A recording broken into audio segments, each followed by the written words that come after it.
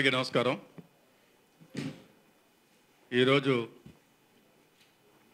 రాష్ట్ర యువజన కాంగ్రెస్ కార్యవర్గ సమావేశాన్ని రాష్ట్ర యువజన కాంగ్రెస్ అధ్యక్షులు రామారావు గారు నిర్వహిస్తున్నారు.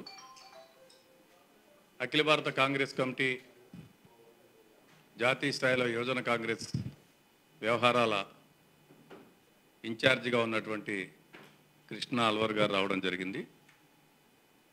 ఆంధ్రప్రదేశ్ వ్యవహారాలని చూస్తున్నటువంటి రక్షా రామయ్య గారు,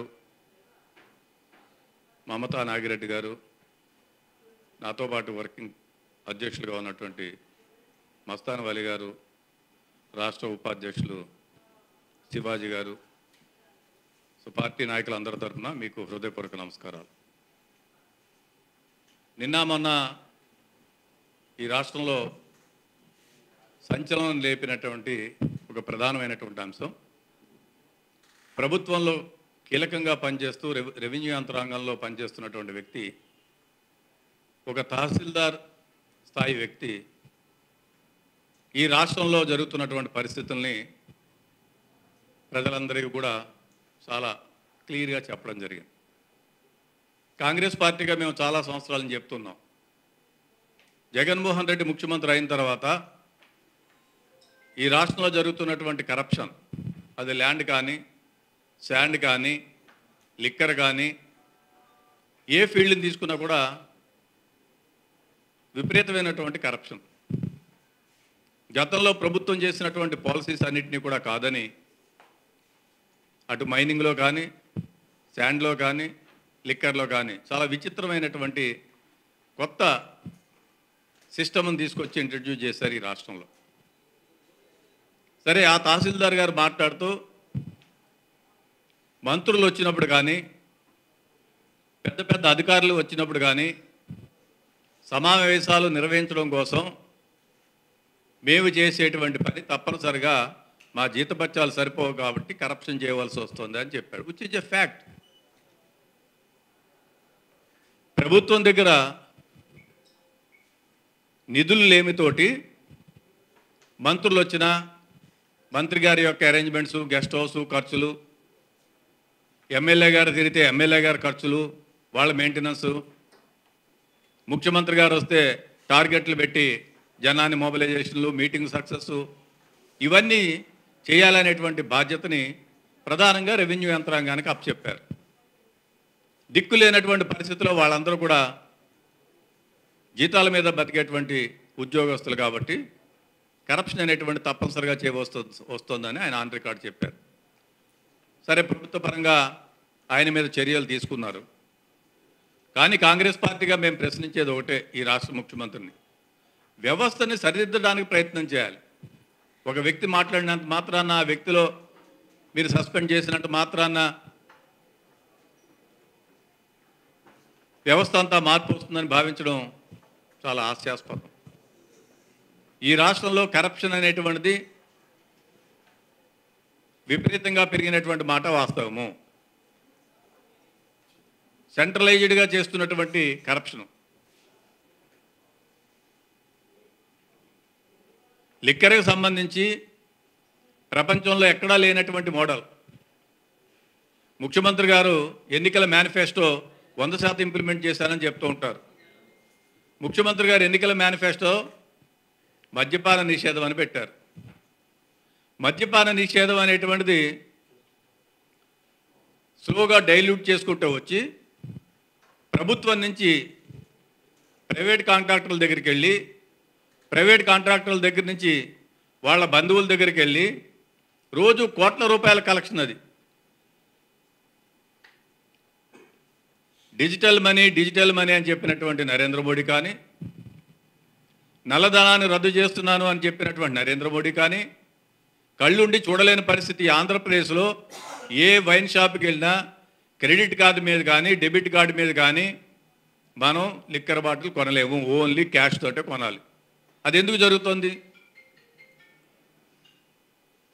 పెర్ డే కోట్లాది రూపాయలు కావలసిన వారికి అందరికీ కూడా ముడుపుల రూపంలో వెళ్తున్నాయి. అది కూడా చాలా నాసిరకమైనటువంటి మందు. ఎక్కడా లేని విధంగా అఫీషియల్ బ్రాండ్స్ ఎవరు కూడా అమ్మేటువంటి పరిస్థితి లేదు.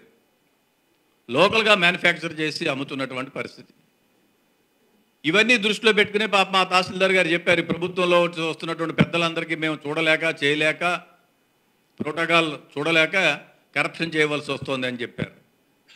సో ఈ విధంగా ముఖ్యమంత్రి చేస్తున్నటువంటి వాళ్ళ మంత్రులు, వాళ్ళ ఎమ్మెల్యేలు దేశ చరిత్రలు ఎక్కడా చూడలేదు. ఒక రిజిస్ట్రేషన్ డాక్యుమెంట్ చేసుకుంటే ఎవరైతే కొనుగోలుదారుడు ఉంటాడో, అమ్మినటువంటి వ్యక్తి ఉంటాడో, ఎమ్మెల్యేలకి, స్థానిక ఎమ్మెల్యేస్కి ఆ డాక్యుమెంటేషన్ ప్రకారం డైలీ ఇంత % ఇవ్వాలి. అసలు అది కొత్త మోడల్, ఎక్కడ చూడనటువంటి కరప్షన్ ఇది. ఒక సబ్ రిజిస్ట్రార్ గారి కార్యాలయంలో రోజుకి ఒక 10 ట్రాన్సాక్షన్స్ 20 ట్రాన్సాక్షన్స్ జరిగితే కాన్స్టిట్యుయెన్సీ డెవలప్మెంట్ ఫండ్ అని ఎమ్మెల్యేకి పంపించాలి డైలీ. 20 డాక్యుమెంట్లు అయితే 20 డాక్యుమెంట్లకి కూడా డబ్బులు పంపించేటువంటి పరిస్థితి. సో ఈ ఆంధ్రప్రదేశ్ని అధికారికంగా అప్పుల ఆంధ్రప్రదేశ్గా సుమారు నేను ఒక సెమినార్కి అటెండ్ అయినప్పుడు చార్టెడ్ అకౌంటెంట్స్, లాయర్స్ వాళ్ళందరూ కూడా చెప్పారు, సుమారు 11 లక్షల కోట్ల రూపాయల అప్పులో ఈ రాష్ట్రం ఉంది. కానీ ఇండివిజువల్స్ అంతా రిచ్. ముఖ్యమంత్రి గారు బ్రహ్మాండంగా హ్యాపీగా ఉన్నారు, మంత్రులు హ్యాపీగా ఉన్నారు, ఎమ్మెల్యేలు హ్యాపీగా ఉన్నారు, ఎంపీలు హ్యాపీగా ఉన్నారు. ప్రభుత్వానికి ఉన్నటువంటి న్యాచురల్ రిసోర్సెస్ ఏవైతే ఉన్నాయో, ల్యాండ్ కానీ, మైనింగ్ కానీ, శాండ్ కానీ, వీటిలన్నింటినీ అరాచకం, దోచుకోవడం, అమ్ముకోవడం జరుగుతున్నటువంటి పరిస్థితి. సో ఇటువంటి రాష్ట్రంలో ఇటువంటి ముఖ్యమంత్రి ఈ రాష్ట్ర ప్రజలకు అవసరం అనేటువంటిది ప్రజలందరూ కూడా భావించాలి. Enough is enough. చాలా కాలం రాజశేఖర రెడ్డి గారిని చూసో, లేదా రాజశేఖర రెడ్డి గారి తనయుడుగానో వారిని చాలా కాలం ప్రజలు ఆదరించారు. ఇప్పుడు అర్థమవుతోంది అది ఒరిజినల్ కాంగ్రెస్ కాదు, నకిలీ కాంగ్రెసు. ఒరిజినల్ కాంగ్రెస్ అంటే హస్తం కాంగ్రెసు. సో వచ్చేటువంటి ఎన్నికల్లో ప్రజలందరికీ కూడా విజ్ఞప్తి చేస్తున్నాము, హస్తం గుర్తున్నటువంటి కాంగ్రెస్ పార్టీ ఒరిజినల్ కాంగ్రెసు, గాంధీ నెహ్రూ కుటుంబానికి చెందినటువంటి కాంగ్రెస్. కాబట్టి విజ్ఞులైనటువంటి ప్రజలందరూ కూడా ఈ రాష్ట్రంలో ఉన్నటువంటి నిరంకుశ పాలన, ఈ రాష్ట్రంలో ఉన్నటువంటి కరప్షన్ పాలనని తొలగించాలంటే జగన్మోహన్ రెడ్డి గారిని ఓడించాలని చెప్పి మేమందరం కూడా విజ్ఞప్తి చేస్తున్నాం. సో ఈరోజు ప్రధానంగా యూత్ కాంగ్రెస్ సంబంధించినటువంటి చాలా కీలకమైనటువంటి మీటింగు. దానికి సంబంధించినటువంటి అంశాలన్నీ కూడా రాష్ట్ర యువజన కాంగ్రెస్ అధ్యక్షులు మాట్లాడతారు. రేపు ఉదయం 10 గంటలకి జాతీయ స్థాయిలో కాంగ్రెస్ అధ్యక్షులు శ్రీ మల్లికార్జున ఖార్గే గారి నేతృత్వంలో మాజీ అధ్యక్షులు రాహుల్ గాంధీ గారు, మా general secretary incharge organisation KC Venugopal గారు, ఆంధ్రప్రదేశ్కి వ్యవహారాల ఇన్ఛార్జిగా అపాయింట్ అయినటువంటి మాణిక్యం ఠాగూర్ గారు, పార్టీకి సంబంధించినటువంటి కోఆర్డినేషన్ కమిటీ సభ్యులందరితోటి కూడా ఒక స్ట్రాటజీ మీటింగ్ని ఏర్పాటు చేశారు ఢిల్లీలో.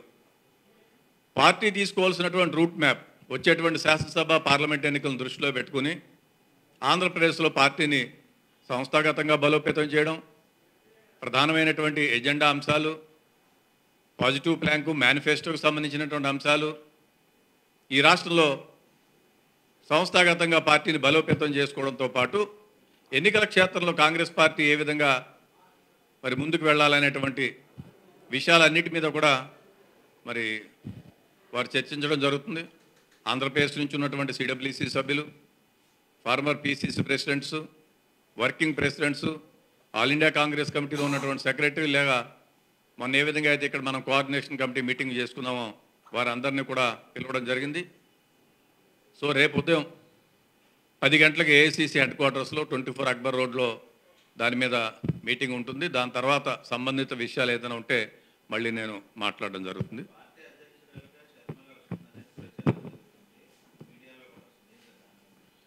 ఇప్పటివరకైతే నాకున్నటువంటి సమాచారం మేరకు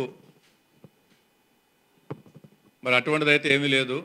but party high command A decision తీసుకుంటే దానికి నిబద్ధత కలిగినటువంటి పార్టీ కార్యకర్తగా కట్టుబడి ఉంటాను. ఎందుకంటే party interest is more important than the individual interest.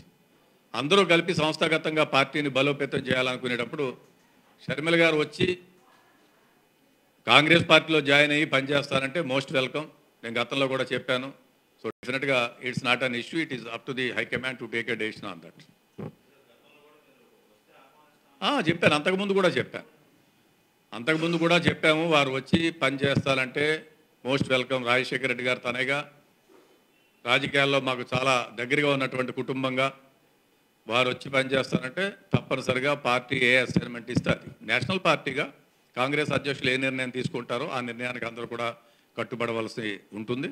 So definitely we welcome her. ఆవిడ వచ్చి ఆంధ్రప్రదేశ్లో పార్టీని సంస్థాగతంగా బలోపేతం చేస్తారంటే most welcome. So I will abide by the decision of the Congress high command and the Congress president.